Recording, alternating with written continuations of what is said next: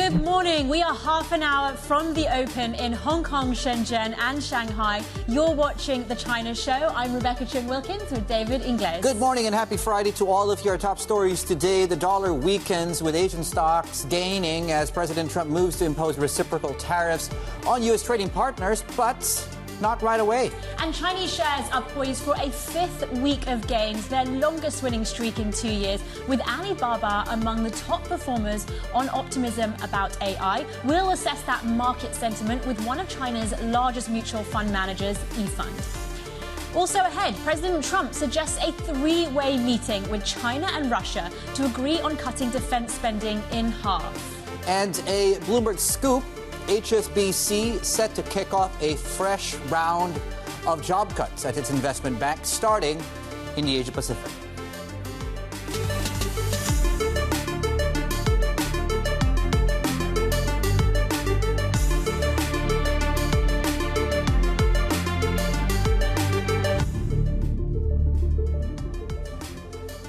Good morning again. Happy Friday. Hope you're all well and geared up for the weekend. A full trading day, though, is between us and your Friday evenings. Before we get to that, though, as you can see, equity markets are mixed. The benchmark is up. We are up, by the way, for a fifth week if all things remain largely where they are on price itself.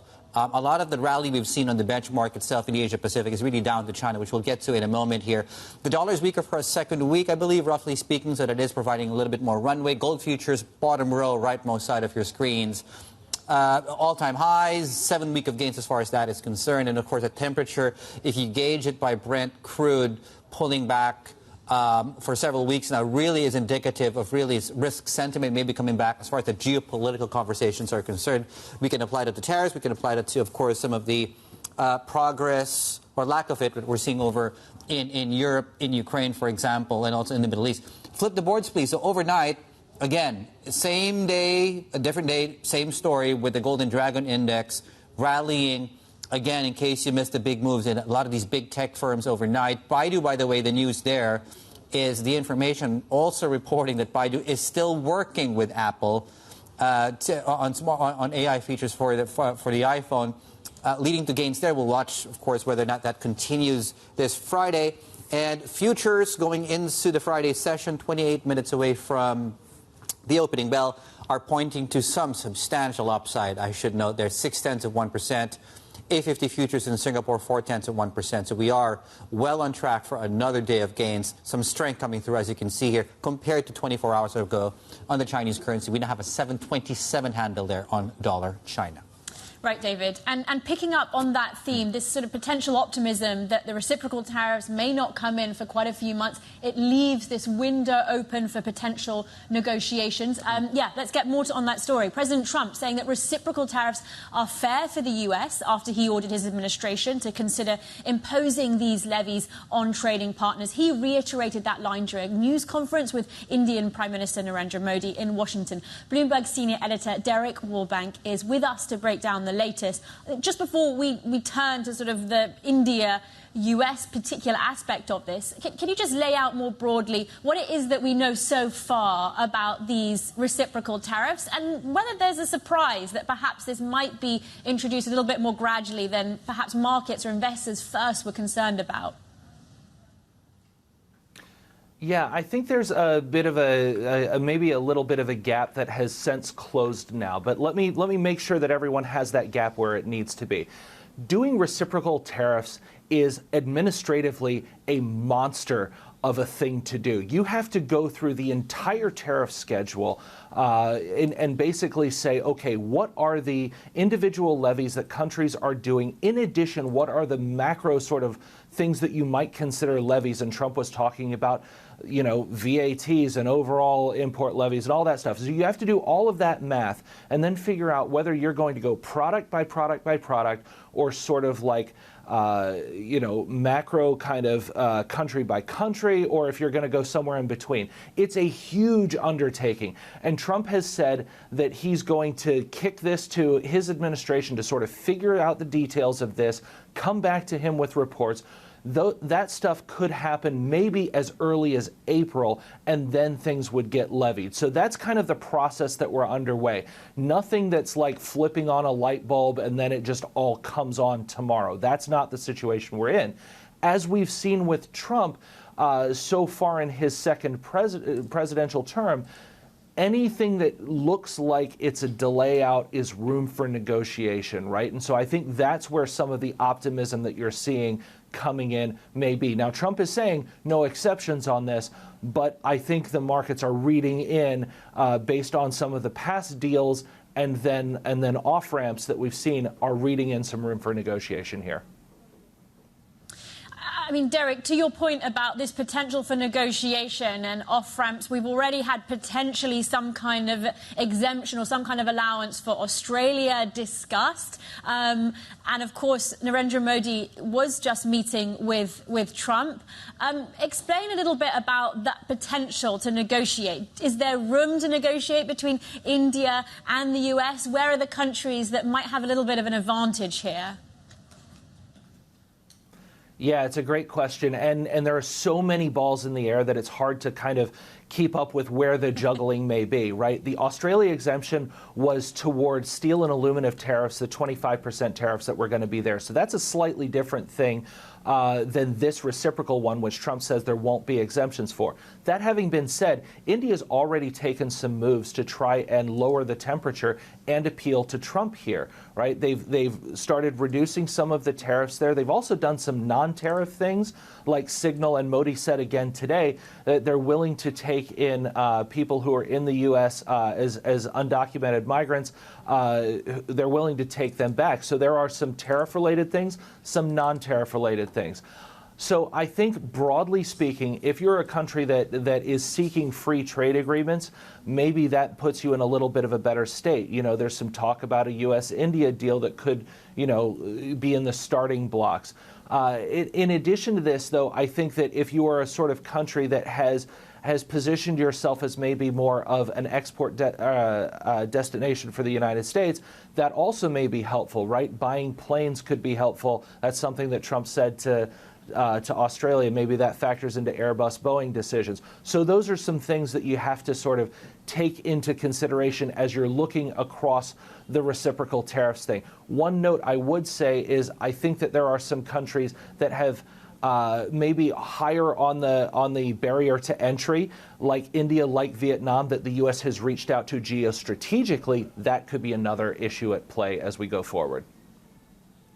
Derek, thank you so much. Derek Wallbank, our senior editor in Singapore, for us. From one top story to another, and we've learned here at Bloomberg that HSBC is about to kicking off, present tense, a fresh round of job cuts at its investment bank, starting here in the Asia Pacific. Our finance reporter, Harry Brumpton, joins us right now from Sydney. Harry, get us up to speed about what we know here so far. Yeah, these job cuts are going to be staggered over a matter of weeks to months, and they're chiefly going to begin in the kind of Asia-Pacific region, but may include global roles eventually. So we're kind of starting at a local level on the home ground for them, and you know, see where it goes from there. Most of that is going to be focused on reducing duplication in roles, as well as some performance-based redundancies as well. So a bit of a mix there.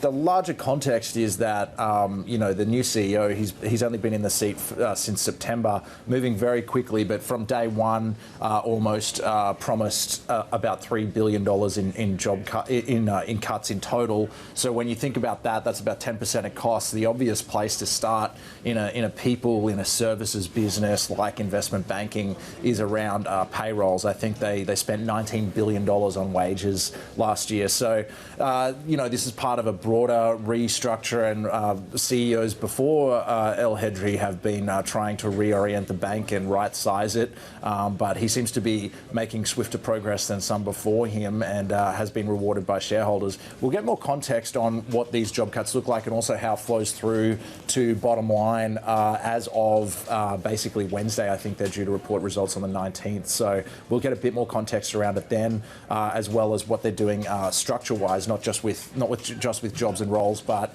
there's been divestitures put forward as well as some combinations of different business units to reorient the bank and make it look very different from what it has been even last year. Harry, to your point about how quickly the new CEO is making some of these changes, what is the sort of urgency that is driving this broader restructure, and what are some of the pain points that HSBC is essentially trying to solve longer term? Yeah, I think the urgency is that HSBC is facing the dilemma that many big banks are facing, particularly in that bulge bracket area. That's a delicate position to be in as a global bank, where costs are high and there's large question marks for shareholders about what the competitive advantage of a bank such as that is. And so, they've, as I say, been through a number of CEOs that have been under pressure from shareholders to deliver more on the resource base that they have and the legacy that the bank has and the brand that it has. We've seen turnaround plans go on for years and years. I mean, you only have to look at one of its near competitors, Citibank in the US on Wall Street, and Jane Fraser's turnaround there has been, 4 years underway, and in many ways she's implemented exactly what she said she would, but hasn't been rewarded by shareholders. And it's a dilemma around what existentially do you want to be buying in a bank. You could be buying Citibank or HSBC, or you could be buying JPMorgan that just notched up literally the highest profit of any bank in history in the US, and does much the same thing. So if you're riding that sector or you're an analyst in that space, it's a game of relative strengths, I suppose. Okay.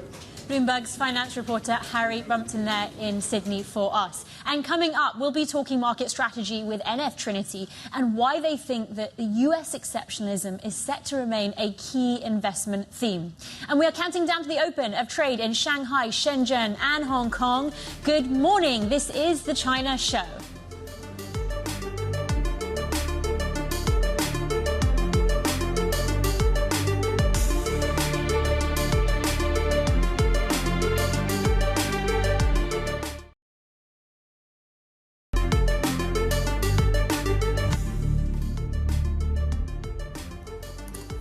Right, welcome back. So we're continuing to track whether this AI-fueled rally will continue. This is a look at the selling that we got into the close yesterday. This is a look at the net Stock Connect purchases, and as you can see, that turned negative into the close yesterday. Although that being said, separately but related to the story was Baidu on the information that report that Baidu is still working with Apple, and that really led to gains overnight in that stock, and we are indicated higher going into the Friday session. Yeah, and a few things to watch. I mean, namely, as you point out, that southbound Connect flows, we did shift negative midday, perhaps a reaction to some of the sort of tariff news, markets sort of reconciling themselves with that. But there, of course, has been really robust buying. I mean, elsewhere, we still keep an eye on the Hong Kong stock rally. The Hang Seng Index poised for that fifth straight week of gains. It's up about 3 or so% so far. And, of course, it was really sort of concentrated in a lot of tech names. There's optimism around the AI story. Alibaba, a key driver there. Keep an eye. Stock up nearly 17% so far this week. Elsewhere, we also have China selling 20 billion yuan of 50-year bonds at 2.65%, resuming sales in the longer end there. And Wang Yi is in Europe on this sort of charm offensive. He's already met with his peer in the UK. Yep. Yeah, David Lammy, foreign minister. Briefly, seems like he met with Starmer as well. And we're going back into this window for credit data. I'm still keeping an eye out really to see whether or not longer term we're seeing that demand coming back. Yeah, it's probably going to be a Friday thing. It is Friday and typically comes out, not all the time, but typically that comes out going into the weekend. So markets have been doing well. We're up on the Asia Pacific, as you can see, fifth straight week there. That's thanks to China. Let's bring in Helen Ju, Managing Director and CIO at NF Trinity, here with us in our studios to wrap up the week for us. And yeah, Helen, why have things been so good in the market? I think that people had this concern that after the inauguration in late January that things would fall to pieces and we would have a really gruesome mix of tariffs, all tariffs, 60% on China, 25% or 10% elsewhere across the board. And then maybe you would have a lot of other unexpected negative policies come out as well. But the reality is, one is on the tariff front, it hasn't been as bad. There's negotiations, there's things being pushed back. Secondly, I think in terms of the war, there's definitely been more talk about, easing tensions in the Middle East as well as maybe even in Ukraine. I think that's actually an upside surprise as well. And thirdly, I think, if you look at the new administration, they've been making some reasonably, long-term comments about planning in terms of how to manage the deficit better, potentially down to 3%, which is an ambitious target, how they want to control inflation. Obviously, that works in with the inflation expectation around the war situation as well. So a combination of factors that maybe is not as bad as before, and maybe with some slight upside surprises as well. To your point about some of this potential for the slight upside, we had this instant jolt when we first heard about reciprocal tariffs, but overall it does look like instead of starting very high, for example, 60% with China, we seem to be starting lower and kind of moving up. The other element with reciprocal tariffs is potentially if we see other countries lowering their tariff in kind, or we see kind of globally, we see those tariffs coming down. How convincing is that bullish case? Do you buy into that potential that actually this could be a boon for the global economy? It could be, right? I mean, first of all, it's still very early days. Like, we've only been talking about it for a very short period of time. No one's really thought about it meaningfully in the past, and I think people still need to run their numbers and so on.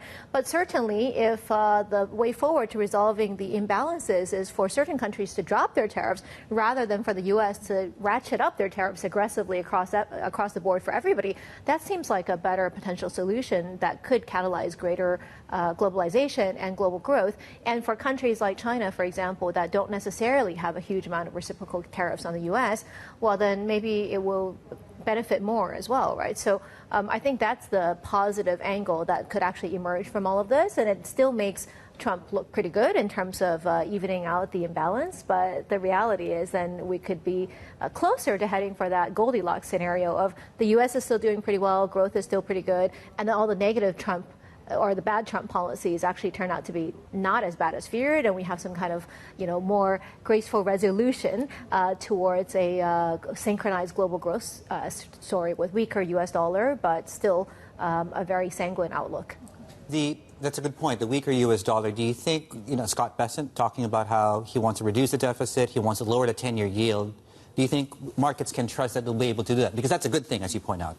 I think that's a great thing because at the end of the day, a lot of things in the U.S. economy are funded based on the long end, not necessarily on the short end, right? So mortgages and things like that. So he does want to indicate that the long end is a little bit too high, it should come down. There's a few things that really drive that. One is the inflation expectation, and if energy prices can come down, if there's any kind of easing of supply constraints because of the war, that's certainly a positive. If the fiscal situation is not as aggressively proactive as before at 5 or 6% deficit, but rather something smaller. It's probably a little bit lower growth for the U.S., but still fairly healthy growth in the U.S., and that actually brings down the dollar as well and brings down the long end in terms of yields. I think that's actually a very good combination that will help to fuel the rest of the global economy off a relatively tense period at the tail end of last year after the Red Sweep. The market driver that has really caught many people by surprise, of course, is the China AI story. What do you make of that? Is this overbought? Is it? What do you think? Do you think we can sustain the momentum that we've seen? Well, from a China tech perspective, right, I think a lot of stocks were trading at like 5 or 6 times PE before because of lack of growth, because of just lack of interest and concerns about U.S. sanctions and getting taken off the investable list, et cetera. I think what's happened now is that people are coming back and paying more attention to it and saying, oh, this stuff is giving no value whatsoever to the potential AI, the LLM, the ecosystem, et cetera. So it's just a normalized re-rating, but basically valuations going up, but not really pricing in much premium for the AI story just yet, which I think actually is correct, because at the end of the day, you don't really know what the potential monetization opportunities are over the medium to longer term, whether there is indeed any opportunity outside the China market itself into the global market, like DeepSeek or some of the others. And more importantly as well, I think one thing to consider consider is that strategically, this has brought a lot of attention in the Trump administration to, how did China do this? Did they use our technology? How did they get their access to the GPUs? Is it through the black market, or is it actually through just, some of the legacy products? And I think as a result of that, there might be more considerations about whether to further stifle export of chips to China, even for the lower end type of products, whether to crack down on the, gray market, et cetera. And I think as a result of that, there is also some degree of uncertainty about whether what DeepSeek has been able to do can be repeated in the medium to longer term. Yeah, I mean, Alibaba is trading at 117. We're up now 50%, just over 4 weeks. I think on the valuation point you're making, I think we're back to 10.5 times, which is effectively the 10-year mean, if you look at it that way. So what's the advice now to people who might have missed this initial leg of this tech rally in China? I think the most important thing is still to watch the broader, outlook for the overall Chinese economy and for consumption. Most of these internet names are driven by consumption, and consumption has been fairly tepid. So many of these companies went from like 10, 20% growth a few years ago, and that was able to support a much higher valuation multiple, to now no growth, or during some periods of time, even potentially negative growth off a slightly higher base, after the reopening, et cetera. So I think the key thing is, does the Chinese consumer feel more bullish and confident? And that could be driven by easing of trade tensions. That could be a response to the stimulative policies. That could also be because the property market starts to stabilize, and therefore they don't see their net worth potentially dropping. If any of those three things can happen, or some combination of those three things, and you actually see the organic growth rate for their core business start to pick up, then I think that's the most sustainable and solid support for a medium to longer term re-rating for the Chinese internet names, rather than just a short-term DeepSeek or quick AI boost. Okay, Helen, thank you so much for joining us. Helen Ju, Managing Director and CIO at NF Trinity. There is plenty more ahead. We'll take a quick look at markets. Stay with us. This is Bloomberg.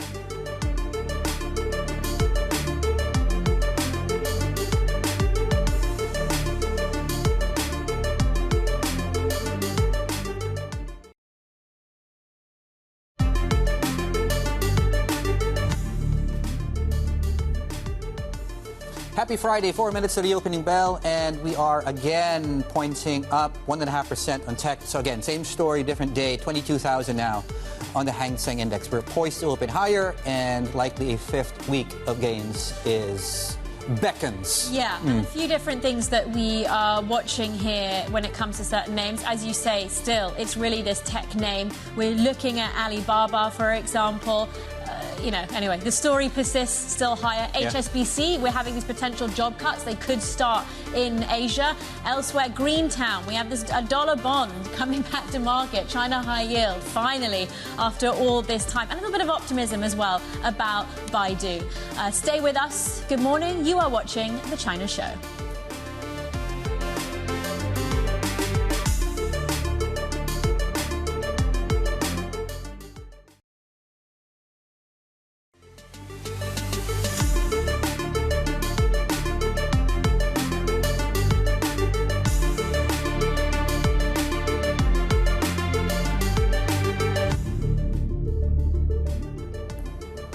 Welcome back. Good morning. You are watching The China Show. We are counting down to the open of markets here in Hong Kong. And it looks like the really robust week we've been having is still going to persist through Friday.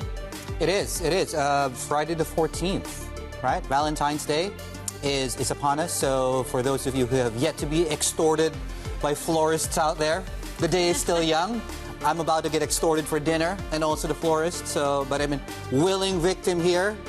No judging. Yeah, careful what you say here, Dave. Yeah. I also just realized, talking about this AI rally, the Chinese word for love is? Ai. I.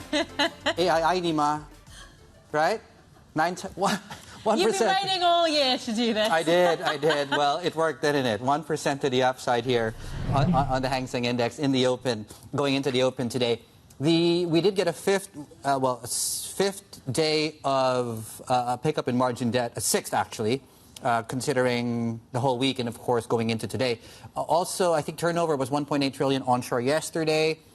Shanghai Comp, though, and it's worth pointing out, of course, if you take a step back, this is really one part of the Chinese equity market that's largely lagged the AI rally. 3,900 still, though, On the CSI 300, we have a bond auction today, as Rebecca was pointing out. I think we have a 2027 bonds and another one for 50-year bonds coming through in 20 billion. The big story in the bond markets, as Rebecca's pointing out, was Greentown, of course, hitting the dollar bond markets for the first time, at least from a property developer issuer perspective, the first time in years. Fifth week of gains is upon us now on the Hang Seng Tech Index, Hang Seng Index. Hang Seng China, level to watch is coming up in 5, 4, 3, 2, 1. Bottom of your screens coming through shortly. I think we're about 300 points thereabouts from that level. Thank you so much. 200 points. And, okay, iFly Tech, speaking of AI, talking about how they are looking to finish their AI and maybe launch their domestic model in March. Just watch that closely. Xiaomi is up 1.8%, big drop yesterday. Huahong is an earnings story, and also AAC Tech. Huahong reported, there we go, a net loss down to an FX hit. And AAC Tech giving out some guidance here on full year, 130 to 140% to the upside there. Yeah, and we're back, actually, to discuss all that, markets and more, with Helen Zhu, Managing Director and CIO at NF Trinity. I mean, just before the break, we were chatting about the AI story, what that means for China. Do you think that this in any way will impact how Beijing is seeing the MPC? I'm wondering if this means they're more inclined to double down on industrial policy and perhaps be less inclined to expand some of their support for consumption. I don't know how high expectations were to begin with, I guess, on the consumption side, right? I think China has definitely been structurally very, very supportive of the entire AI ecosystem development for a very long time, right? Whether that's in terms of applications, in terms of hardware, et cetera. So policy support is not the bottleneck for the development of this ecosystem in China. The main bottleneck is whether the technology is actually advancing, and also, very importantly, whether there are certain components or whatnot that are required from, U.S., Europe, Japan, et cetera, that are still available versus before. So I don't think this really meaningfully affects the proactiveness of the support towards AI. But the support towards consumption, whether you have certain types of, consumption coupons or temporary cuts to taxes or any kind of additional subsidies towards EVs, et cetera, that's more of a pro-cyclical policy. And I think the consumption side is where the government has been trying to really revive the struggling economy and consumer confidence recently. So, if there is any kind of meaningful policy to come out of the MPC, we expect it to probably be more on the pro-cyclical consumption side. I don't see any major changes to the AI side. If anything, the focus is going to be more on negotiating with other economies strategically to see what China could help with in exchange for less onerous and less restrictive policies on access to their technologies, or maybe eventually even their markets. But I think right now China just wants to focus the AI ecosystem development on its own market first and foremost. I guess a mental exercise. If Trump wasn't president, do you think the Chinese markets would be in a much better position right now, given the outlook? I mean, that's another way of asking, are tariffs the bigger issue for Chinese markets than anything we can find domestically? Not necessarily. If you think about it, in the first Trump administration, the Chinese markets were actually quite buoyant. We had synchronized global growth, and actually emerging markets outperformed the U.S. for a period of time, et cetera. So not necessarily the case that Trump is negative for the Chinese economy. The perception is that it's more volatile, more uncertain, et cetera. But the reality is, if things can be worked out on fronts other than strategic technology issues, there could be some trades on tariffs, there could be some trades on, the war and assistance with that, which Trump did mention that he wants President Xi's help on, and other strategic, issues that China can compromise with Trump on, because he's a businessman who wants to do deals, then it could actually end up being positive for China from a markets and economy perspective. Helen, as always, fantastic to see you. Have a good weekend ahead. Helen Zhu there, Managing Director and CIO at NF Trinity. Right, as we go into the Friday session, bottom of your screen, CSI 300 is up, Hang Seng Tech is also. So it's looking like we are poised to enter the weekend on solid footing. Joining us now is our next guest. Fang Lu is Index Research Department Product Strategy Director at eFund Management, mainland China's largest by assets under management. That's according, of course, to our folks at Bloomberg Intelligence, that statistic, rather. She joins us out of Shanghai. Fang Lu, good morning, and thanks for taking the time for us. Since you're in Shanghai, you have probably the pulse of what's going on this market. What do you think is going on? What do you think is behind, and asking the obvious because we know it's deep sea, but what do you think is behind all these flows coming back into this Chinese market? Hi, David. Thank you for having me.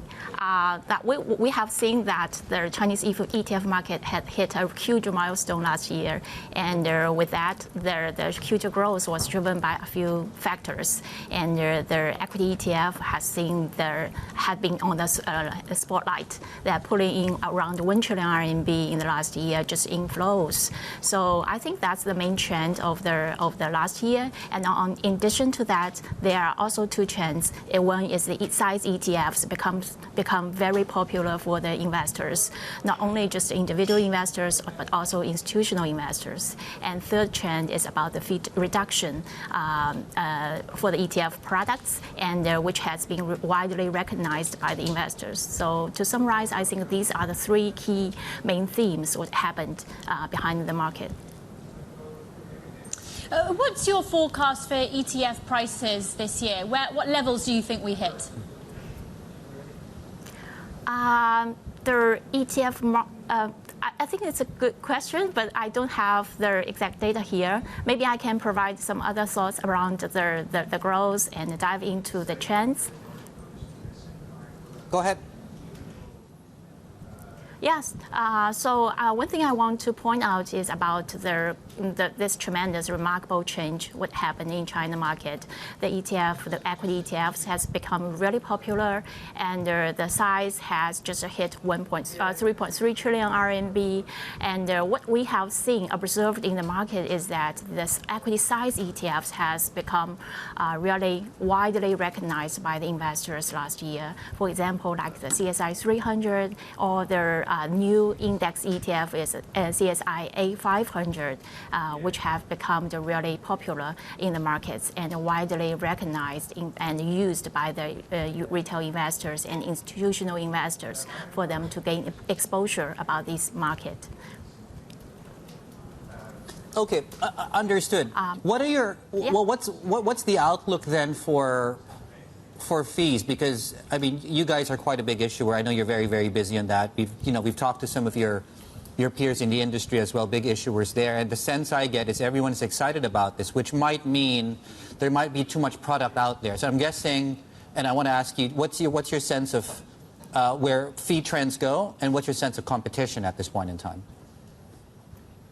Yes, the fee reduction was really a big theme since last quarter. I think it's also a trend for not only just for the China market, it happened in the global markets as well. So I think it's a reflection of the market has become more mature, and the investors become more cost conscious in terms of investment. So last year you have seen the real big fee reduction across a variety of the products, and it covers about products for about 1.3 trillion assets. So this kind of large fee reduction help investors to save around 5 billion RMB annually. And this is just a big win for the investors. And in terms of the competition, I think the asset managers, they realize they need to just provide a low cost, those kind of products for investors to use ETF as a tool for asset allocation, and also for their gain exposure across a variety of those products, strategies, and use ETF for their diversification purpose in their portfolio. So I think in the going ahead, this kind of fee reduction theme will become just a trend for the China market, which has happened, and going in the future, and a lot of those products we will see the fee reduction. So I think that at our firm, we are at the forefront of this in the industry, and in our product lineups, we have 49 ETFs with the lowest fee tier in the market. So definitely we are the leader in this market, but I think we just are we are dedicated to provide low cost products for our investors. Right. And in China, those please, David. I mean, in addition to, of course, lower fees being a boon and drawing more interest, as we get closer and closer to March, a lot of the discussions that investors are having is around the MPC and what we expect to see. Are you expecting any policy to come through that's going to help further encourage the Chinese stock market? I think that it's highly encouraged by those policies just to lower the fees for ETFs so that they can just provide investors these kind of vehicles for their investment in the equity markets.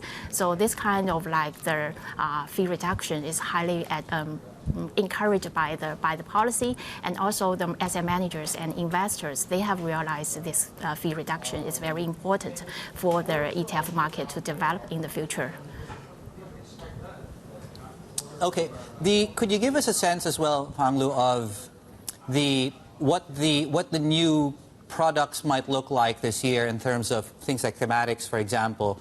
And the reason I bring that up, and my first question here is, people have anecdotally asked me what are the best or biggest China AI ETFs, and I struggled to come up with really a list. And I'm wondering, are you getting asked the same question around AI, for example? How do people play that? Yes, I think that this industry or sector or thematic kind of ETFs have already become available in the market. There are a few in the markets that investors can utilize to express their views on the ETF, on their AI trends for their investment. And also to your question, I think in the future we will also see some breakthroughs in this area. Is that currently we have seen those broad-based ETFs become very popular. They are favored by investors, such as CSI 300 or the CSI A500.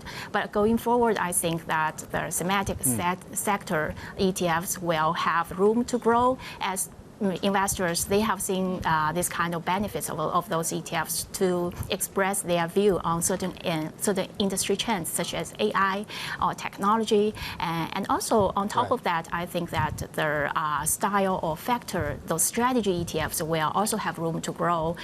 For example, like we have seen the growth, value, dividend, low volatility, etc. Those kind of smart beta products will also provide this kind of like the investment strategy for investors to use as a building block in their portfolio.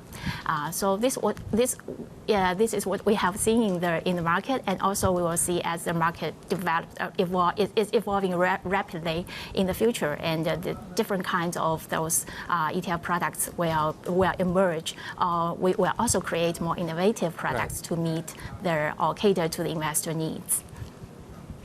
It always amazes me, in almost every industry you look when you talk about China, including yours. Innovation's really at the very forefront of what everyone does.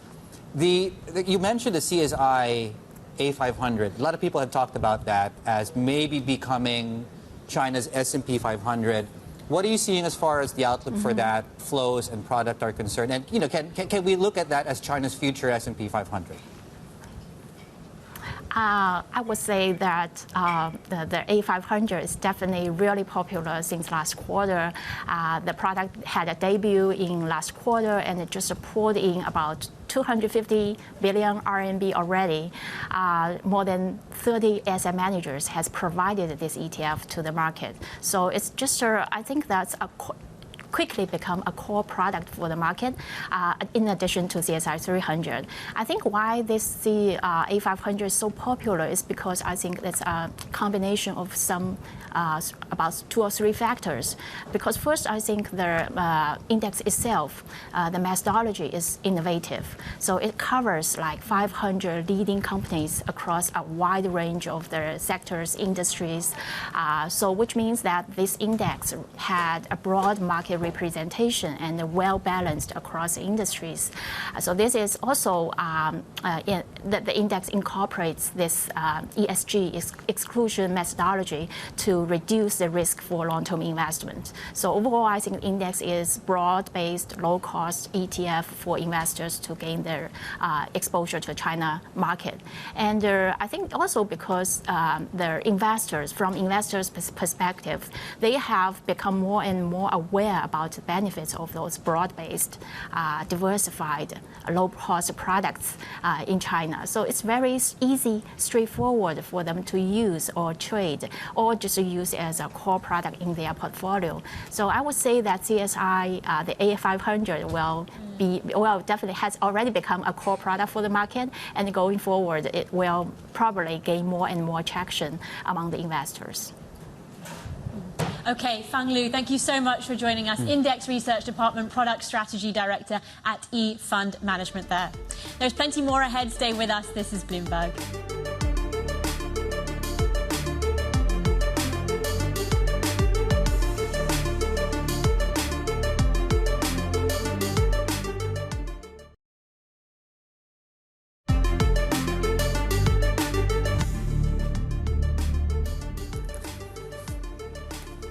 Right, welcome back. Alibaba on my right, 2% to the upside still, so this one continues to give. 120 is very much in sight. Now you have the chairman, Joe Tsai, confirming that Apple and Apple's iPhones will be using AI tech in its key product in China, but the U.S. tech firm still facing here some significant challenges in China. I'm talking about Apple here, if that's not clear. Tensions, that should be clear actually. But Bloomberg opinion columnist Catherine Thorbecke actually thinks that even with the Alibaba factor here in that deal, it actually won't solve all of Apple's problems in China, which is the second biggest market for the company. Let's bring in Catherine. Of course, she's in Tokyo for us. Yeah, why do you say that is? Good morning, David. So I think that this Alibaba partnership is a much-needed win for Apple, and I think that bringing the Apple Intelligence features to the China market is very important for Apple. At the same time, the way I sort of look at this, given all the other geopolitical tensions and headwinds Apple's facing in China, is that this is really just sort of one good move in a new 4D game of chess that Apple's found itself in. You know, it's caught in the throes of this new trade war, and it's not immediately clear yet if Apple will be able to get out of the tariffs on its sort of biggest manufacturing base. At the same time, it's facing a lot of mounting competition from domestic brands in China, such as Huawei. And, you know, it's really been struggling recently in China. And so I think that this is really important for Apple, and it's really a good move. But at the same time, it's facing so many other challenges right now. Catherine, okay, so granted that this cooperation with Alibaba isn't going to solve its problems, what else does Apple need to do? And also, I mean, can it actually get that done? Right. So I think Tim Cook right now has to be as shrewd as a serpent and as innocent as a dove, to borrow the phrase. And, you know, he really has to please a lot of different sides here. You know, he has to please the Trump administration as well as Beijing and regulators. And he also has to appeal to sort of the notoriously frugal Chinese consumers. And I say that because they haven't really been spending recently. So I think he's done a good job so far. You know, he is active on Chinese social media. He has a Weibo account where he really does sort of try to connect directly with Chinese consumers. And I think we need to see more of that as he tries to really sell Apple Intelligence. And, you know, he does have a chance coming up next month. Apple has its developers conference in China. And I think that's really an opportunity to sort of sell the Apple Intelligence feature to the Chinese market. And at the same time, I think, you know, the clock is ticking. Really, the sooner he can get this to the market, the better. And especially if he also wants to tap into some of the recent sort of fiscal stimulus that we've seen from Beijing, especially aimed at smartphones. So what then would, say, a partnership mean for the tech world, I think more broadly? What's the sort of step back piece here then? So what I think is interesting is that recently, you know, any sort of hopes of Chinese and American consumer tech companies working together has really been totally snuffed out by sort of mutual animosity and the geopolitical element right now. But, you know, I think with the DeepSeek frenzy, we really saw that some U.S. tech companies might sort of feel like as a result of this divide, they might actually be missing out on something. And, you know, over the past week, we saw even OpenAI's Sam Altman say that he's actually really keen to work with China, and he thinks that's really important, which I thought was a really interesting comment. And so I'm hopeful that, you know, if this big U.S. tech company, Apple, and this, you know, Chinese tech giant Alibaba can find a way to work together, they can not only show that it's possible, but also that it's really mutually beneficial. And I'm hopeful that that can help sort of smooth over some of the tensions that we're seeing going forward. Okay, Catherine, thank you for joining us this morning. Bloomberg opinion columnist Catherine Thorbecke there. There is plenty more ahead. This is Bloomberg.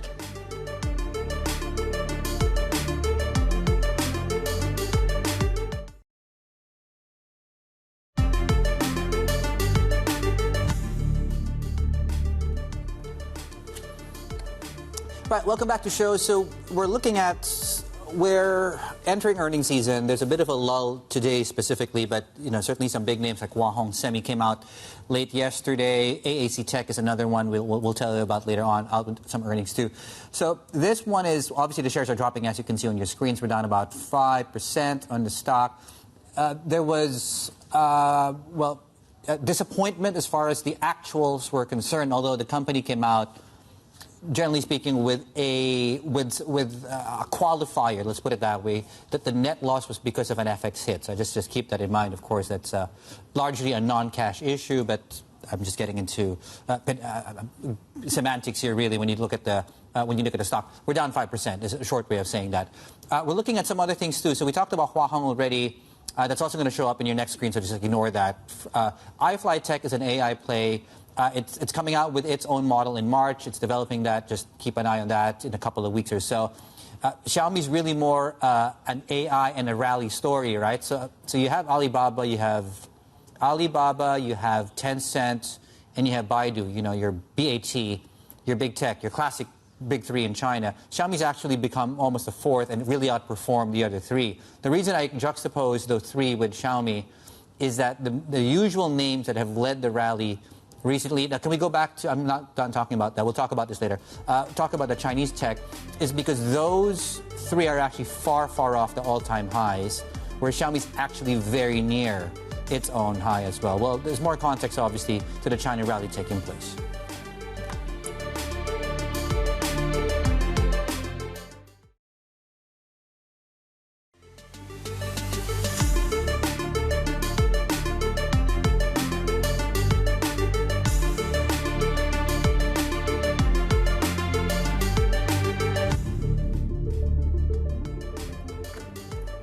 Good morning and welcome back to the China Show. Here's a quick look at the HSI, half an hour into the session. Gosh, it is Friday, Dave. Up 1.4% or so. It does look like, so far at least, we're on track for this fifth week of gains for, in fact, China equities more broadly.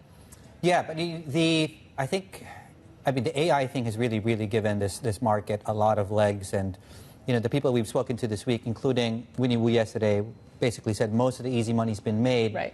But who knows really where we can go short term. I think her guesstimate was a further 10% from basically current levels. But then it's hard to model this 5 years down the road and what this might actually mean.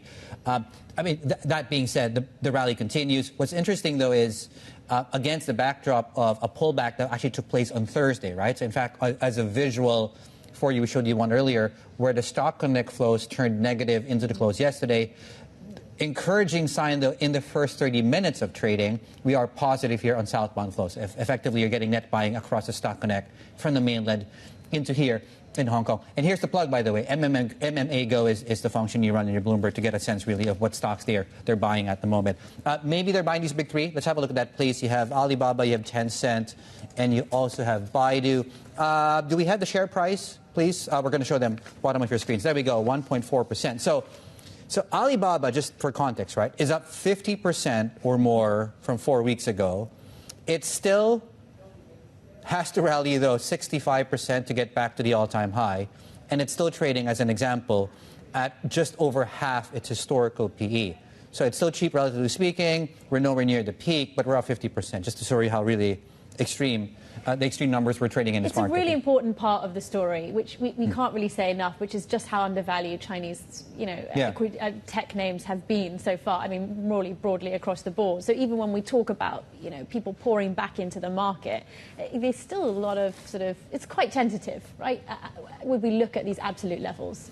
And that's the point that I think Helen was making earlier on from NF Trinity and some of the other folks as well, that because of this renewed attention back on Chinese equities, because of DeepSeek, and not so much as a function of but because of DeepSeek, there's a lot of short covering taking place. The market was massively underweight, of course, this equity universe. So there is, I guess, some room to close some of that underweight, not completely, I should note. Baidu bottom of your screens. And I think the story here, too, on Baidu specifically is the information reported that early in the week, that Apple and Alibaba were in partnership. Alibaba then confirmed that. Baidu, by the way, separately is still in talks with Apple for a sort of separate project. Okay, rate decision yesterday out of the Philippines was largely a surprise that they did not do anything as far as the rates go, and we're stronger there as far as the currency. But broadly, of course, this is really more the tariffs, the tariff story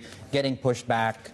And the markets are, I guess, in some ways taking some of the froth off this very strong U.S. dollar. I think we're down a second week here on the U.S. dollar. Okay, what does it mean for equity markets? To wrap up the week for us, Lianting Tu joins us from Tokyo, our Asia Equities Managing Editor. Lianting, let's turn attention back to Chinese tech. Is the rally overdone? Yeah, I think if you look at the short term, technicality would point to a very high RSI on the Hang Seng Tech Index. That's why we saw a very intense profit-taking session towards the end of yesterday. But if you look a little longer term, fundamentally, I do see this rally a little more healthier than what we saw before, which was all stimulus-driven. And this time around, what is interesting to me and to some of our reporters is that lots of people that they're talking to, they're not really citing stimulus as much, or some of them are not talking about that at all. All they talk about was China tech competence, and it's just a relook at something that is already fundamentally happening within China's corporate sector. So I think just on that, it is quite a difference from my years of covering Chinese equities. And if you look at valuation, it is still very, very cheap, as David was just talking about. HS Tech PE, forward PE, I think right now at 17 times. It is higher than 4 months ago, which was 13 or 14 times. But if you compare with the Nasdaq, or even compare with the 5-year average of HS Tech, it's still extremely low. So I do see a bit of a room to move forward or move upward going from here as well. Interesting to note, to your point, Lianting, that we are seeing investors move away from discussing stimulus and the sort of preoccupation with what more is to come. But I do want to ask, are we still just seeing hedge funds driving this rally, or are we seeing any signs that long-only investors might be tiptoeing back to the Chinese market?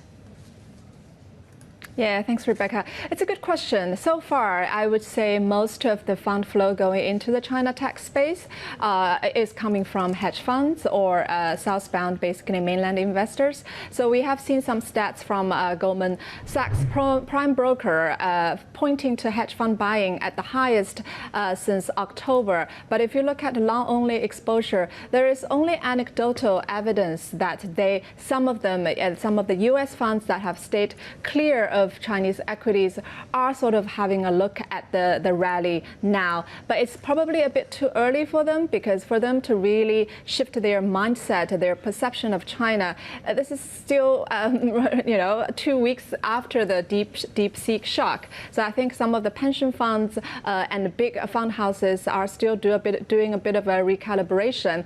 But in terms of hedge funds, we have seen a lot of sort of high conviction calls, including Man Group. They're talking about buying China being their top conviction call right now. All right, Lianting, thank you so much. Lianting Tu, normally in Singapore, in Tokyo for us today, our Asia Equities Managing Editor there. Okay, from the China story, there's also a macro story to wrap up the week, really. And in case for our goldfish memory, sort of muscle memory dynamics here, that hot inflation print, of course, came out on Wednesday out of the U.S.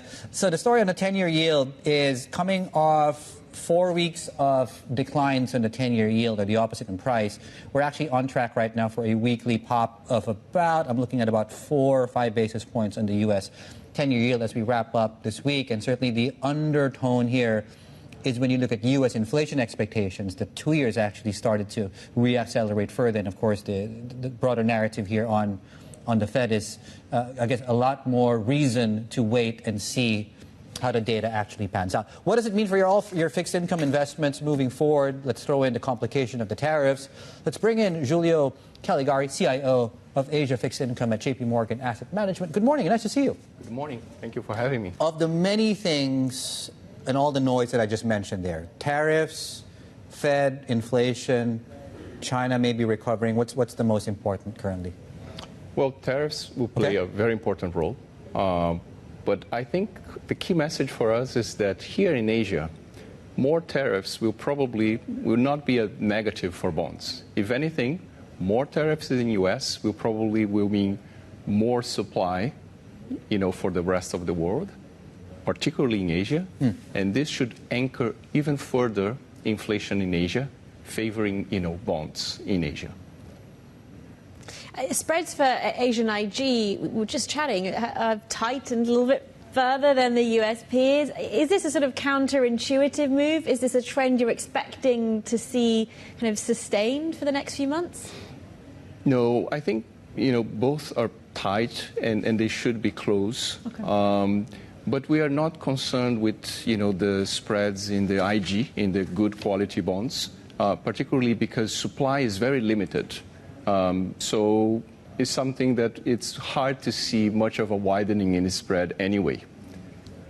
And with those spreads so tight, to your point, we are hearing some investors looking elsewhere to high yield. I mean, Asia in general, Asia ex-China high yield. I know that's somewhere where you've had a conviction call for quite a while now. Yeah. I mean, is there any risk that that trade becomes slightly crowded? What do you make of this move? Right. Yes, I mean, more investors are approaching the Asia high yield, and particularly if you exclude the China real estate, because this is a sector that remains quite volatile and idiosyncratic. So many investors don't want to touch that. We understand. But even if you exclude the China real estate, the rest of Asia high yield is still offer more than 1% pickup versus the DM high yield. And truth is that this is a very decent pickup at the same time in which we see fundamentally a good story happening in Asia, particularly in places like India, Indonesia, and we don't see why the slowdown in growth will be too far. So the story fundamentally is there, and the valuation is still attractive. So we still think there is more to go after a very good result in 2024. And is that mainly... Can I ignore the growth story for now and just mainly look at supply, for example? Because supply has really kept that spread honest. Right. Yeah. One good thing about the supply, even when you look forward, and going back to the beginning of our conversation about central banks in Asia cutting rates because inflation is lower. So a lot of the companies in Asia, they can actually fund in the domestic market. They don't need to issue in dollar terms, right? And that's why the dollar bonds, the supply of dollar bonds can remain limited and anchoring on the technical factor, the high yield space in Asia. So this is why, one of the factors why we remain constructive in Asia high yield. And are there specific sectors that stand out to you as far as Asia high yield, excluding Chinese real estate? Right. We still like India, and particularly the utilities, renewables. We like Macau. We like a lot of the financials in Asia, and particularly, in the capital structure, the weaker parts like AT1s, because here in Asia, the reputation to call the bonds is very strong and on a relative basis. So we still like a lot that sector. And as you say, a lot of caution still around China property, but we do have Greentown coming today, for example, the first China property bond to come to market in the primary market for 2 years. Right. How do you assess the outlook for this sector, which of course has been so beleaguered by problems and really most still carrying a very pessimistic view? Right. I think the best way to frame it is this gradual healing of the sector, right? It's less bad than the previous year and the previous year, so it keeps going. So, for example, as one metric that we could use here, it's very likely that the drag in China GDP coming from China real estate, that's, let's say, was close to 1.5% last year, is going to be 1% this year. So you see that the sector is healing because we are getting closer to the bottom. So for investors with enough risk appetite, perhaps is worth considering investments there.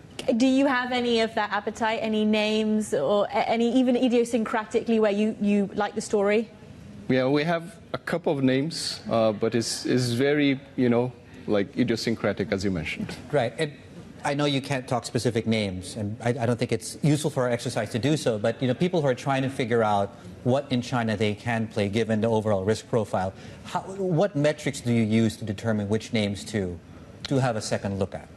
Right. So the more you have, like a good story in terms of home sales and depending a lot on the cities that, the developers is concentrated, right, or if there is less or more participation of a state-owned company, right, that implicitly will offer more guarantees. So those are some of the criteria that we ended up using. Right. And just to pick up to just pivot the conversation back to the macro here, you mentioned so the Fed might not move. Asian central banks seem to be still in this disinflation trend.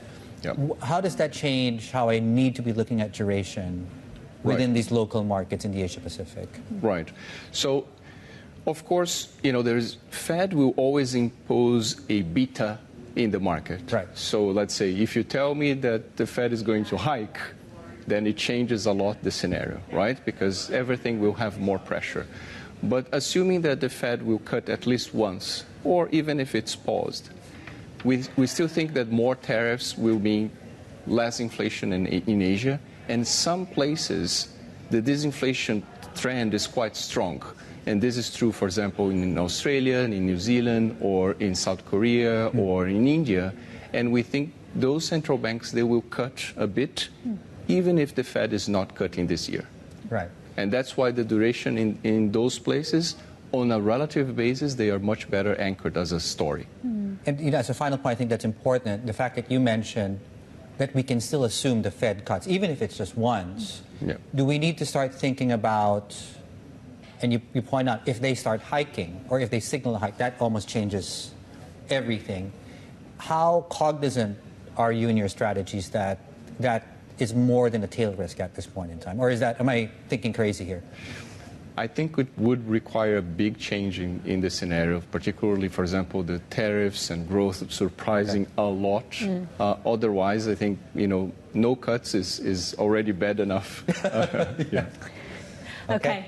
Yeah, Right. Thank you so much, Julio. Julio Callegari, CIO of Asia Fixed Income at JPMorgan Asset Management there. And just some breaking news crossing the screens now. Looks like Baidu is launching a new model of Ernie Bot in the next few months. Yeah, just speaking, Dave, to that point that we've had about this really fierce competition between the China tech names now to also be seen as well, to be making advances when it comes to AI after, of course, this big DeepSeek rally that we've seen so far. Yeah, everyone is joining the DeepSeek bandwagon here. It's not just market strategists jumping on it as well, including the players themselves. And still ahead today for the show, a Bloomberg scoop. KKR considering investing in Nissan after merger talks with Honda fell apart. More details on that coming up next. You're watching The China Show. This is Bloomberg.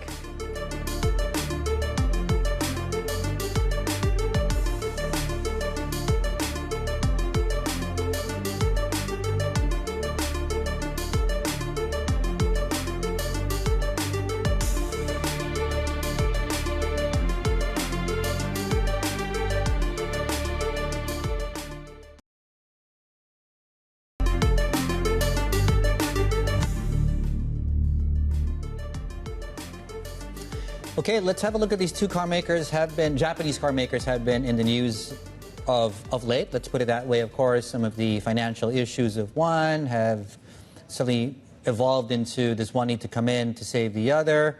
There was a possible merger at stake, and then now, effectively, they basically said no, the marriage and the wedding is off on Valentine's Day of all times. In any case, of course, that's probably not the end of the story. It's the end of the story for these two. Yeah, but fortunately, it does look like there might be a queue of suitors behind them.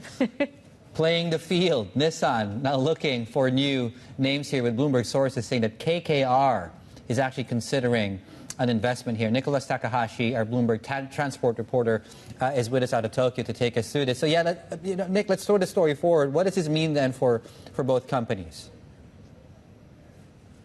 Sure.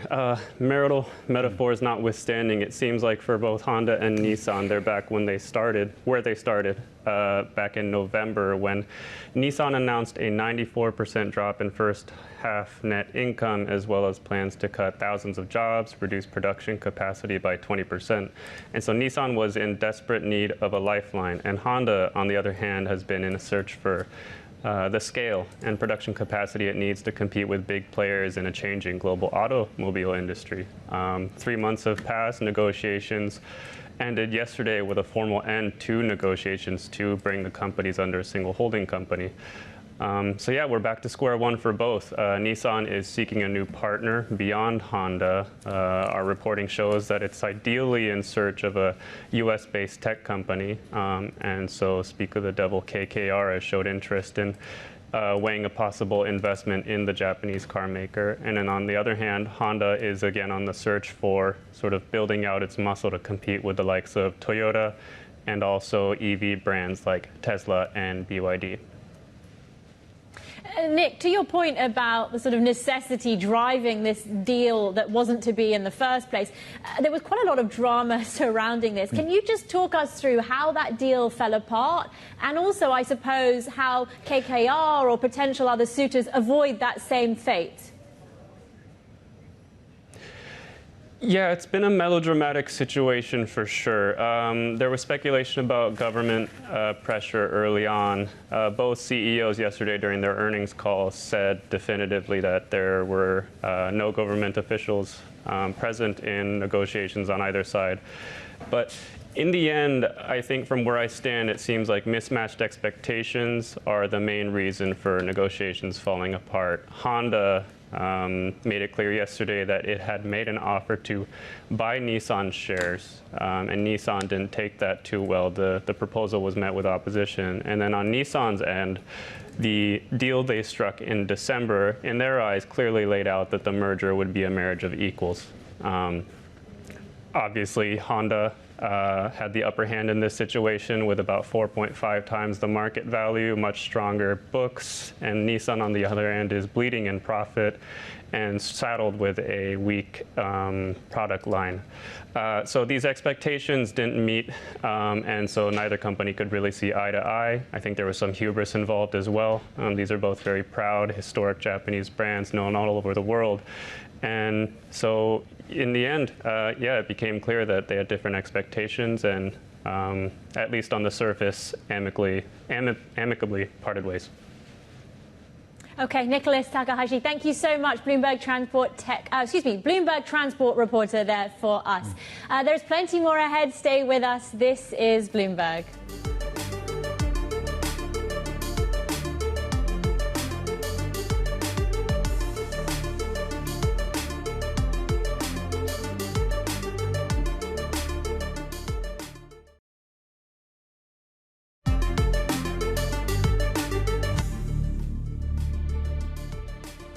Good morning. You are watching The China Show. Here are some of the top corporate stories that we are following this morning. President Trump says he will probably need approval from China on the sale of TikTok's U.S. operations. Trump says a lot of people are interested in the social media app, and he thinks Chinese President Xi Jinping would sign off on a deal. Trump has temporarily halted a forced sale or shutdown of TikTok, giving it time to find a buyer in the U.S.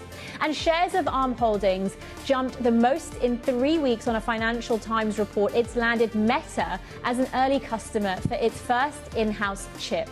ARM will reportedly unveil the first chip to be sold under its own brand as soon as mid-year.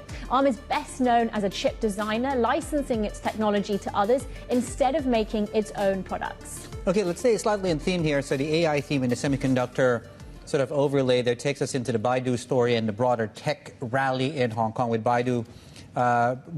Two things here. This report on that it is still teaming up with Apple on AI features in the iPhone. Past tense was up. We're now flat.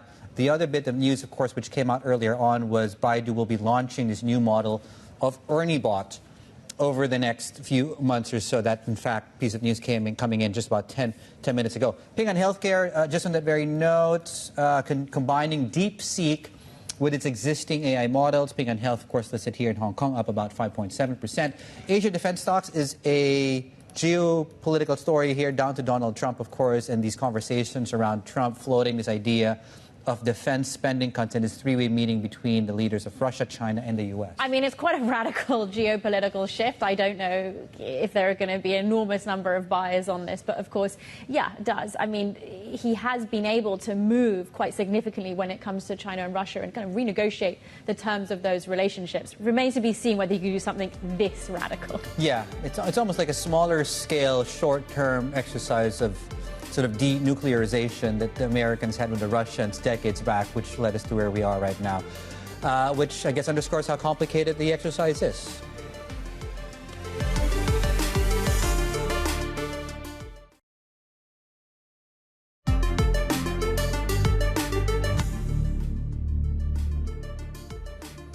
Good morning. It's 11:29 a.m. in Tokyo. Japanese markets about to go on a break in just a minute. Quick check of Japanese markets before we break for lunchtime.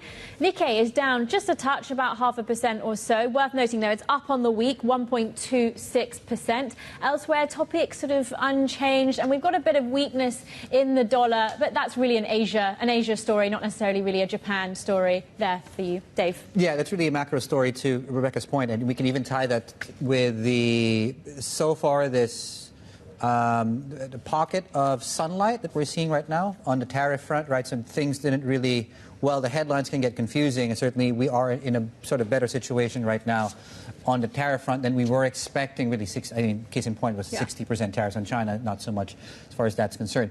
Plus, of course, all the things we're seeing as far as DeepSeek goes. But yeah, I think that's for a separate conversation. What do we talk about President Trump? I'm digressing. Yeah, I mean, sticking to this sort of tariff theme, President Trump suggesting a three-way meeting with the leaders of China and Russia to slash defense spending after what he calls this week's successful phone call with President Putin. Let's bring in our China correspondent, Min Lo.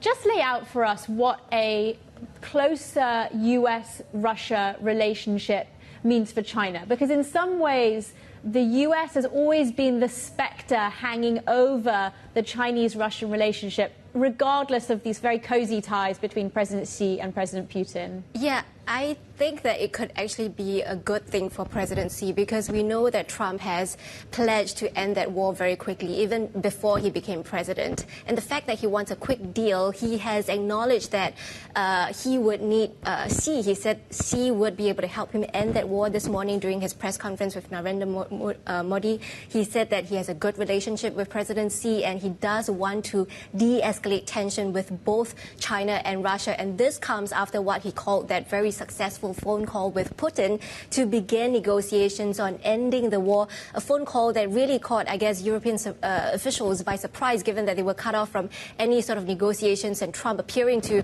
promise some pledges on behalf of Ukraine without really speaking on behalf of the European interests. And I guess this is a clear signal that the U.S. is prioritizing this rebalancing of relations towards Russia and China, perhaps over and above its traditional allies like Europe. And as you said, Trump is looking for this three-way summit with Putin and Xi to slash their collective military spending by half. And personally, I find it very hard to believe that China or Russia would agree to that, given the very imbalanced relations here.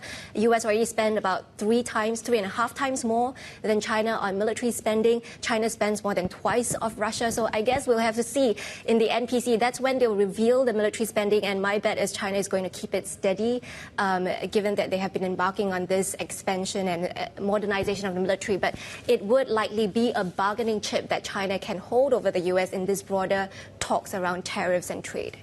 Yeah, I mean, it's such an unorthodox way of thinking about this, right? So in some ways, you're looking to, what was the line from The Godfather? You know, keep your enemies close, right? And in some ways, when you look at Donald Trump and what he said and discussed with his allies, for example, has really provided maybe a possibility for China to come in.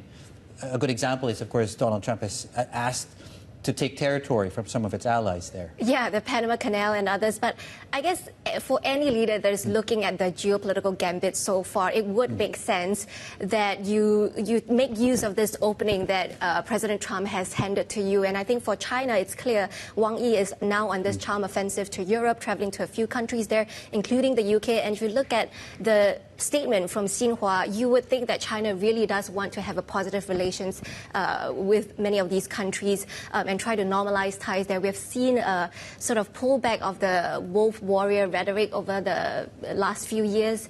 And also President Xi hosting a series of world leaders from Pakistan, from Brunei, from Thailand. These are developing countries' leaders who are visiting one-on-one. And you have the prime ministers of Japan and India visiting the U.S. at a time when they're also trying to mend ties with China. You see China taking steps to ease that seafood ban with Japan. Indian army trying to pull back from the tensions in the Ladakh border. So all of these countries are trying to rebalance relationships here. And I think China will make use of that opening as well. Min Lo there, our China correspondent. Let's get further insights right now and analysis from Neil Thomas, fellow on Chinese politics at the Asia Society Policy Institute. Joining us here, of course, in set. Nice to see you, Neil. Thanks for having me. Great to be here. The premise that there is a gap there, an opportunity for China to step into, that Donald Trump is somehow receding and providing that opportunity. What do you think of just the overall narrative so far? Yeah, I think we've seen that Xi Jinping, China's leader, is very happy to take a bit of a back seat in terms of his engagements with the United States, with coming out and expressing views on what Trump is doing, even on some of the tariffs. They didn't have a call after Trump put those 10% tariffs on China for fentanyl issues. And I think the play right now is let's wait and see what Trump is going to do to overturn the norms of American diplomacy. And we can go from there in terms of seeking advantage with the developing world, but also with allies who are going to be alienated by the trade and the geopolitical moves that Trump is going to spring on them by surprise, as we saw with his conversation with Vladimir Putin.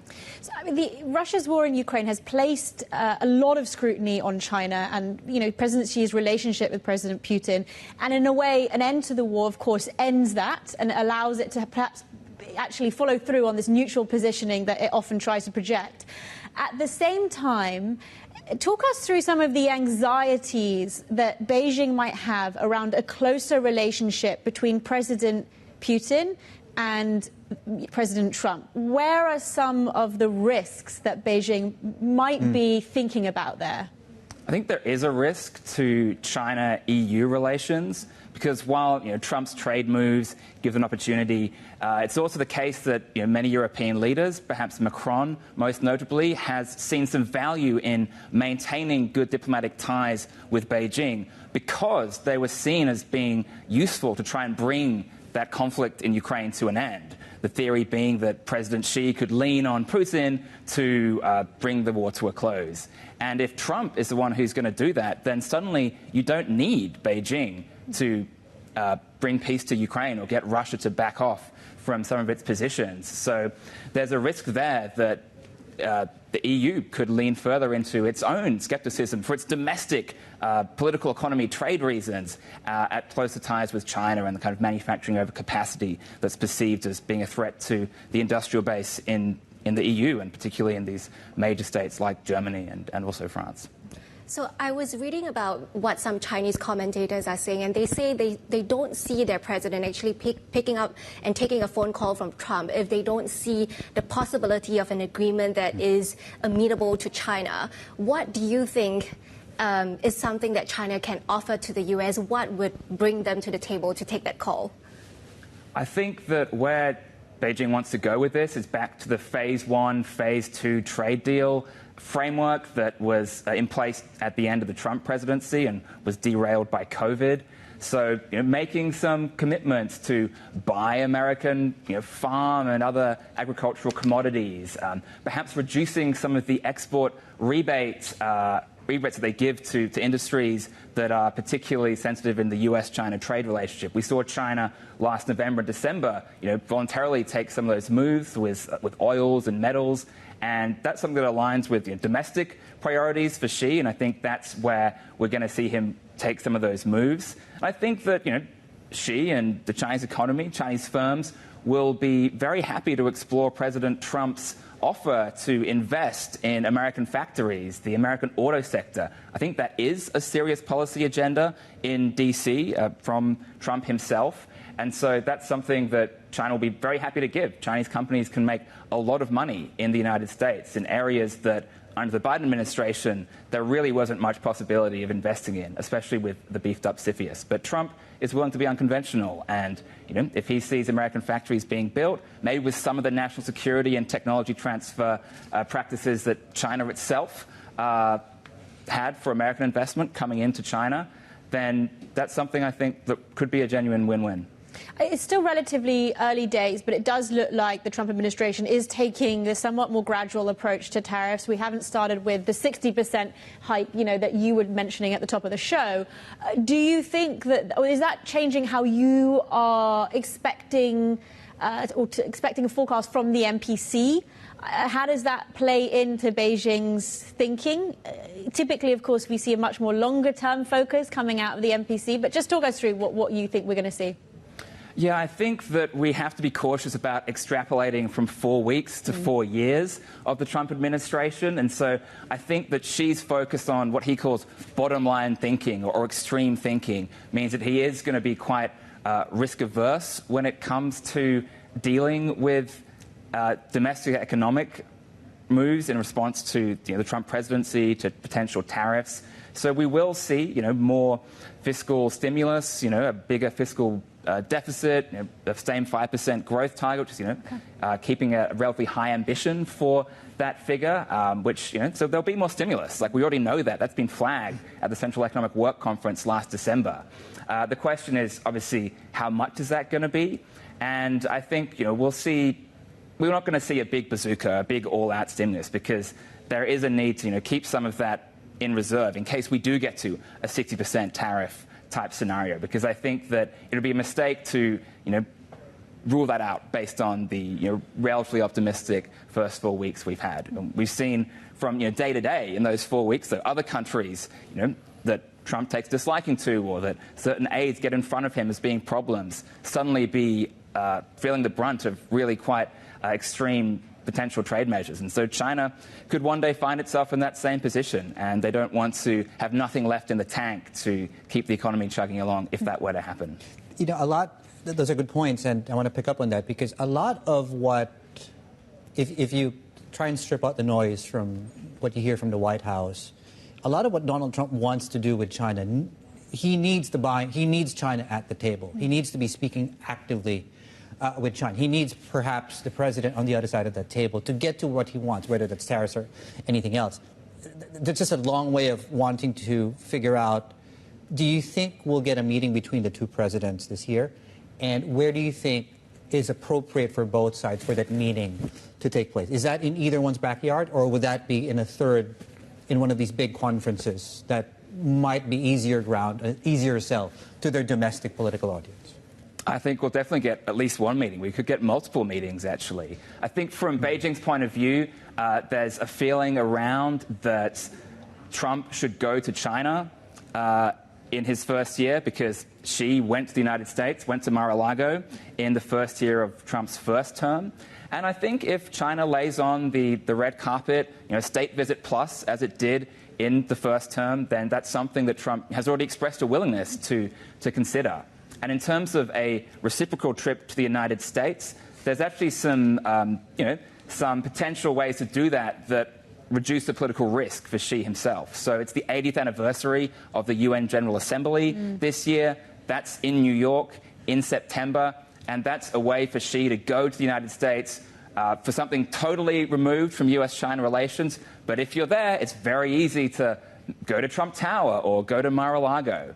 And if that weren't to happen, which I think is the most likely Xi to US type scenario, then yes, we could see the G20 is in Brazil. So Xi could be going there. He could meet with Trump there. Or he could also tack on an official or state visit to the United States before or after that trip. I just want to pick up on Dave's point here, because a lot of the way that the Trump administration functions, although slightly less so in the second term, but is somewhat on the fly. There's been a lot of back channeling, a lot of conversations between aides, a lot of very last-minute unplanned calls, for example. That is not a style that we typically associate with the CCP. So I want to know, I mean, do you think that President Xi's team, does he have a team in place that can actually respond to the style in which Trump likes to do deals? And how quickly can he, or how adaptive can Beijing be to this? Or will they want to be, in fact? I'll correct myself first and say that it's APEC in Brazil this year, not the G20. I think that's in South Africa. But still, a summit where they could both meet. They're all confusing, don't worry. I'm sure they're well aware of that, more so than I am this morning. But in terms of the team in Beijing, it's an interesting question. But I think the main thing that's important is that the only channel that's going to really matter for US-China relations is the channel to Trump. And that's something that's going to be handled mostly by Xi himself and perhaps his very closest aides. So Wang Yi is obviously an important person, the top diplomats, people like Wang Huning, who, the chief ideologue, currently runs the United Front system. Policy on Taiwan is his remit. But someone who spent time, a good time in the United States, studied the United States as a scholar of international relations in his former career. So I think he's going to be an important person. Tsai Chi goes with Xi wherever he goes, and including international meetings. So the team's going to be important, but really it's going to be in the room between Trump and Xi. That's what Trump is looking for. I think that's what Xi is looking for as well, because from China's point of view, getting Trump into a drawn-out negotiation process is a way to reduce the likelihood that he unleashes the China hawks in his administration, like he did when the negotiations broke down after COVID in 2020. Relations were actually looking up in January 2020 when that deal was signed. And we could have had a very different kind of conclusion about US-China relations in Trump's first term if it weren't for COVID. Okay. Neil, thank you so much. Very nice to have you on set with us in Hong Kong today. Asia Society Policy Institute Fellow on Chinese politics, Neil Thomas there. There is plenty more ahead. Stay with us. This is Bloomberg.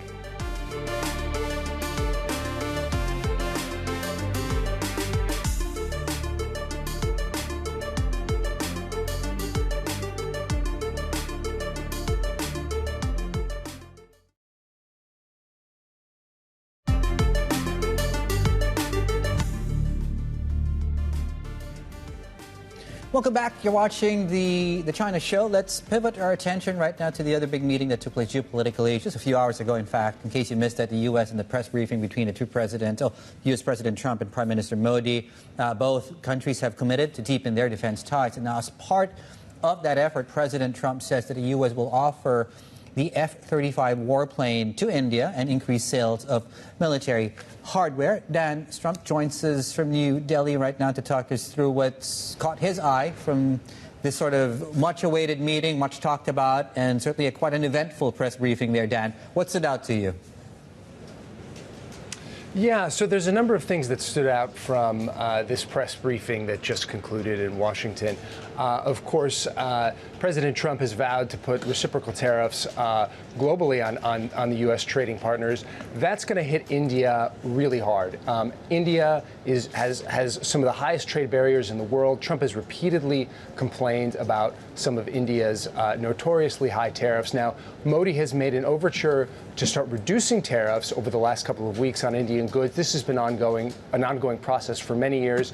That's going to continue. Now, the other thing that stood out from this press conference, and this really works in Modi's favor, is this commitment to deepen trade ties between the U.S. and India to the tune of $500 billion by 2030. So that would mark a sort of quadrupling of the U.S. and India trade relationship if that goes through by then. Of course, as you mentioned, closer defense cooperation between the U.S. and India. Now, that's been a sort of ongoing priority for both countries. India is a major defense partner of Russia at the moment, so any effort by the U.S. to sort of reduce that relationship, bring India closer into the fold, boost U.S. defense sales to India would be a major plus on the U.S. side for sure.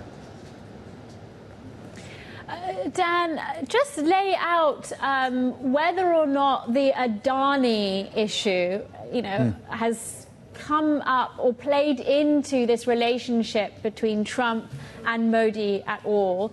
Or perhaps more broadly, where Indian corporates come into the bilateral relationship? Yeah, well, you know, the Adani issue was sort of the elephant in the room in this whole sort of meeting. And I mean, as far as we know, it didn't come up. The two sides have said it didn't come up in this negotiation, and that these sort of personal matters weren't raised in their talks. But it is, first of all, it's a point of leverage by the Trump administration. Now, there are these sort of charges that are continuing to sort of overhang on Adani that the two sides may hash out at a later date. But Adani's also a major, of course, a major partner of Modi, and also has been a major partner of the U.S.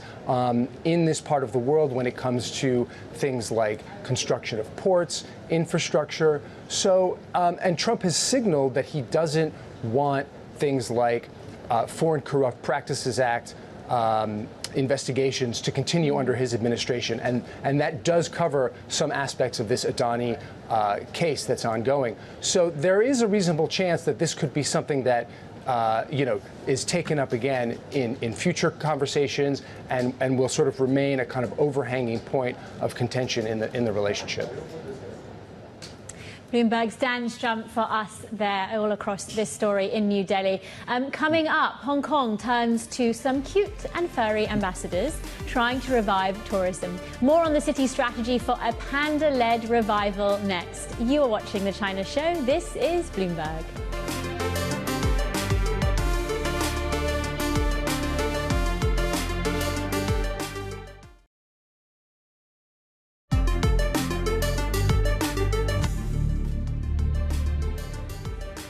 Good morning. Hong Kong is preparing for a different kind of debut. It's a public debut this weekend of twin 6-month-old panda cubs. It's a leading part of the city's government efforts to boost its tourism industry and revive an economy that's struggling to regain momentum. Let's bring in global business reporter Adrian Wong. Adrian, are pandas enough to boost the economy and to sort of restore a little bit more momentum in the tourism industry? I mean, if you ask economists, they're pretty skeptical, let's be honest.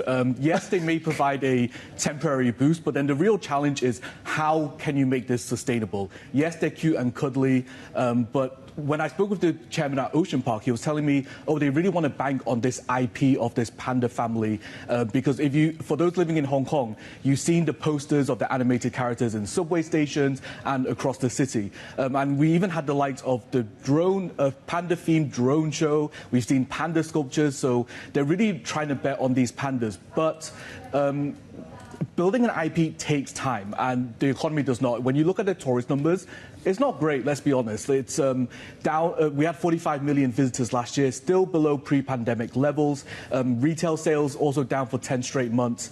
So the pressure really is piling on these pandas to deliver. Yeah, but they're so cute, though. They're going to get you to spend? That's the question. Well, it's a date idea for the Valentine's weekend, of course. Somewhere to bring the significant other in case you're still devoid of creative ideas what to do tonight or this weekend, I guess. Yeah, this is your last chance now. There we go, to make up for your ills. Adrian, thank you so much. Adrian Wong, our global business reporter. Panda diplomacy and stimulus, as they say. Okay, equity markets are doing well going into the midway part of the Asia equity session, led by still, as you can see, this love for tech is continuing this Friday. HS Tech up 3%. This is Bloomberg.